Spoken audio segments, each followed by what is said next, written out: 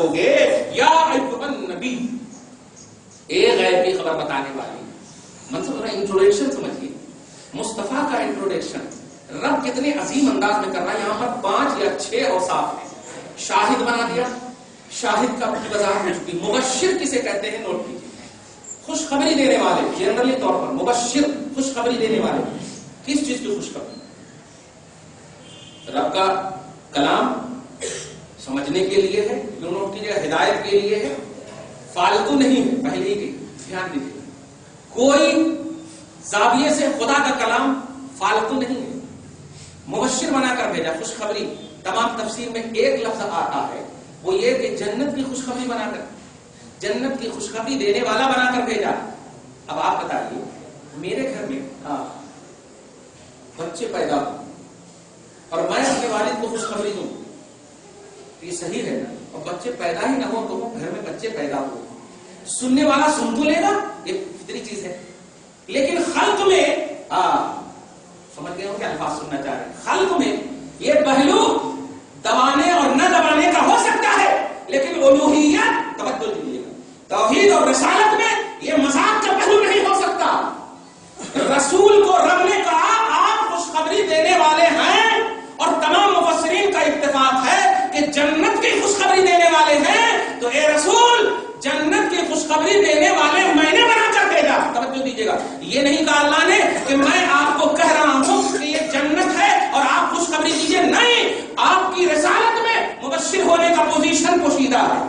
آپ کی نبوت میں آپ مبشر، آپ رسول ہیں، مبشر ہیں. آپ رسول ہیں، نذیر ہیں. تو رسول میں مبشر ہے. توجہ دیجیے گا. تو جب رسالت اور نبوت ودیت کر دی گئی، مل گئی نبوت اور رسالت، اور اسی میں ہے مبشر ہونا، آٹومیٹک سمجھ میں آ گیا اے حبیب جنت میں نے دکھا دیے ہیں، امت کو بتا دیجیے، امت کو بتا دیجیے. اور دنیا کا اتفاق ہے اس بات پر کہ جنت غیب ہے. نوٹ کیجیے گا، جنت غیب ہے، مخلوق ہے، غیب ہے.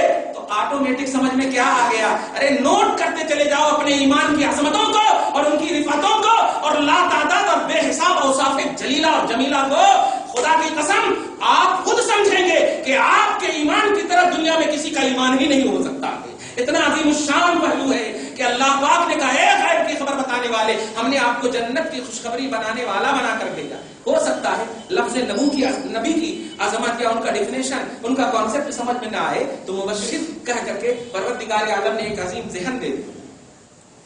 اب اس کو یوں سمجھیے، ایک لفظ ہوتا ہے جس کا ڈائریکٹلی مفہوم آپ کو سمجھ میں نہ آئے تو فار ایگزامپل بولتے ہیں. فار ایگزامپل تو خدا کی قسم اگر میں گہرائی سے علمی اور فکر کے ساتھ آپ کو بولوں تو در حقیقت جتنے بھی اوصاف آگے بیان ہو رہے ہیں، شاہد، مبشر، نذیر، داعی اللہ یا سراج منیر، فضل کبیر، یہ سب جو ہے نا، یہ نبوت کو سمجھانے کے لیے اللہ پیش فرما.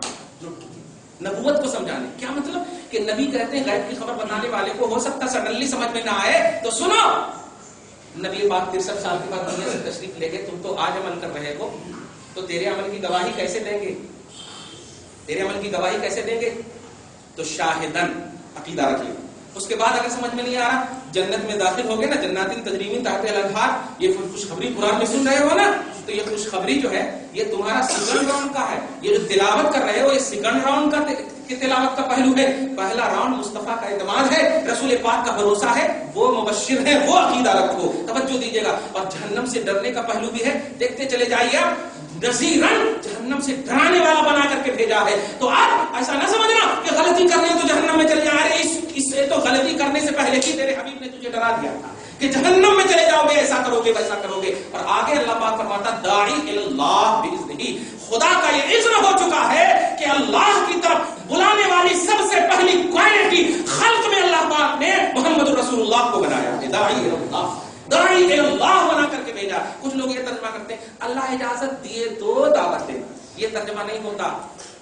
ایسا نہیں ہے کہ آپ بالکل رسول اللہ کھڑے رہیں گے پھر اللہ کی اجازت ہوتی ہے، ایسا نہیں ہے. رسول کا وہ منصب ہے، خدا کی قسم محسوس کیجئے گا. قرآن کی آیت سے سن لیجئے، سورہ طٰہٰ کی آیت نمبر 25 یا 26 میں آپ دیکھیے، بڑی اچھی آیت یاد آ گئی. درود شریف پڑھیے، اللہم صلی علی محمد وعلی آل محمد وبارک وسلم. سب قرآن کی آیت کریمہ ہے، نوٹ کیجئے گا آپ. اور خبردار نہیں سمجھ میں آئے تو آپ رجوع کیجئے یا ہم کو بلائیے. توجہ دیجئے گا، قرآن کی آیت کریمہ ہے. حضرت موسیٰ کی زبان میں تھوڑی لکنت تھی، حضرت موسیٰ کی زبان میں تھوڑی لغت تھی. اچھا دنیا جو ہے کلیم اور حبیب کے ہی ذکر میں ملوث. کلیم اور حبیب ملوث بول دیا میں نے. ملوث کے ساتھ ایک اچھا لفظ مردوب ہے, ردب اللسان ہے. سبحان کہ یہ موسیٰ ہے, یہ محمد رسول اللہ ہے. ارے موسیٰ کا پوزیشن آپ اچھے سے سمجھ سکتے ہیں کہ یہودیوں میں کیا نام ہے, بنی اسرائیل میں کیا پوزیشن ہے آپ سمجھیے گا. اکثر نبی آئے ان میں, لیکن موسیٰ کا ایک عظیم انفرادی شان ہے موسیٰ کی. توجہ دیجیے گا. تو موسیٰ علیہ السلام ہے, ان کی زبان میں لکنت ہے. توجہ دیجیے, زبان میں لکنت ہے. اللہ پاک سے جب فرعون کی ترویج حویلا فرعون, اے موسیٰ فرعون کی طرف جاؤ, وہ سرکش ہو گیا ہے. تو حضرت موسیٰ نے اس وقت کہا تھا کہ اللہ تو نے بھیجنے تو کہا ٹھیک ہے, لیکن میری زبان میں لکنت ہے, میری زبان فصاحت و بلاغت والی, توجہ دیجیے گا, نہیں ہے. اللہ سے کہہ رہا. اب آپ عقیدہ نہیں بنانا کہ ان کی زبان میں فصاحت بلاغت نہیں. اللہ سے کہہ رہا ہوں لینے کے لیے, لینے کے لیے صرف بول رہے ہیں. نبی حضرت موسیٰ کلیم اللہ اولو العزم رسول نبی ہے, بڑے پاورفل. بلکہ محمد رسول اللہ کے بعد اگر نبی کی عظمت کا اعلان ہوتا ہے تو موسیٰ کا پہلو آتا ہے. معراج میں بھی آپ ذکر کرتے ہیں تو موسیٰ. توجہ دیجیے گا. تو موسیٰ نے کہا کیا, رب اشرح لی صدری, اے اللہ میرے لیے میرے سینے کو کھول دے. موسیٰ نے, توجہ دیجیے, کلیم نے رب سے گزارش کی میرے لیے میرے سینے کو کھول دے. ابھی جو میں نے کہا بےاذنی کا جو ترجمہ کرتے ہیں کچھ لوگ, نہیں رسول اللہ جو ہے انتظار کرنا, ویٹ کرنا, اللہ تعالیٰ اجازت دیا تو ہوتا, سب اجازت پر ہوتا. نہیں پیارے, محسوس کرو وہ کلیم روح اللہ اور یہ دیگر انبیاء کرام کی ظاہری طور پر پوزیشن مان سکتے ہیں, لیکن آپ کے ایمان کی وہ پوزیشن نہیں ہے. اللہ پاک مصطفیٰ کی خواہش سے پہلے مصطفیٰ کو عطا کرتا ہے, گزارش سے پہلے عطا کرتا ہے. دیکھ یہ موسیٰ اپنے سینے کھولنے کی دعا کر رہے ہیں, اے مولا میرے سینے کو کھول دے, مگر پروردگار عالم سینے کے کھولنے کی دعا کا انتظار نہیں. اللہ فرماتا ہے الم نشرح لک صدرک, اے حبیب کیا ہم نے آپ کی خاطر آپ کے سینے کو نہ کھول دیا, نہ کھول دیا, ہم نے کھول دیا. یہ جملہ ہے, یہ نہیں ہے کہ آپ نے دعا کیا موسیٰ کی طرف پھر ہم نے کھولا, ایسا نہیں. بغیر انتظار کے گزارش مصطفیٰ کا احساس پروردگار عالم نے اپنی شان کے مطابق کیا اور فرمایا الم نشرح لک صدرک, آپ کی خاطر ہم نے آپ کے سینے کو کھول دیا, سینے کو کھول دیا. کہنا یہ ہے کہ وداعیا الی اللہ باذنہ کا معنی ہے اللہ کا یہ اذن ہو چکا ہے, اللہ کا یہ اذن ہو چکا ہے. اللہ کی صفت ازلی ہوتی ہے, ایسا نہیں کہ کسی کا انتظار کرتی. اللہ کا یہ اذن ہو چکا ہے کہ خلق میں سب سے پہلی داعی الی اللہ کی پوزیشن میں اپنے حبیب کو بناؤں. میں اپنے حبیب کو بناؤں گا تاکہ دنیا میں دعوت کا جو بھی کام کرنے کا عقیدہ رکھے یا تصور رکھے وہ سمجھے کہ میری دعوت مصطفیٰ کی دعوت کے تحت ہے یا نہیں. سب سے پہلے یہ عقیدہ رکھے. دعوت الی اللہ کا سب سے پہلا پوزیشن مصطفیٰ کا ہے. اس آئینے میں دعوت الی اللہ, اس ذل میں, اس سائے میں دعوت الی اللہ کا تصور. اب آگے کا پوزیشن دیکھیے, داعیا الی اللہ باذنہ وسراجا منیرا. اے حبیب ہم نے آپ کو شاہد بنایا, ہم نے آپ کو مبشر بنایا, ہم نے آپ کو نذیر بنایا, ہم نے آپ کو داعی اللہ بنایا. 4 اوصاف ہو گئے. اور اس کے بعد ہے وسراجا منیرا, اور ہم نے آپ کو چمکتا چراغ بنایا. 3 لفظ واضح کر دوں جلدی سے, ایک دم ہماری طرف ایک دم توجہ دیجیے گا. ایک لفظ آتا عربی میں مصباح, اور ایک لفظ آتا عربی میں شمس.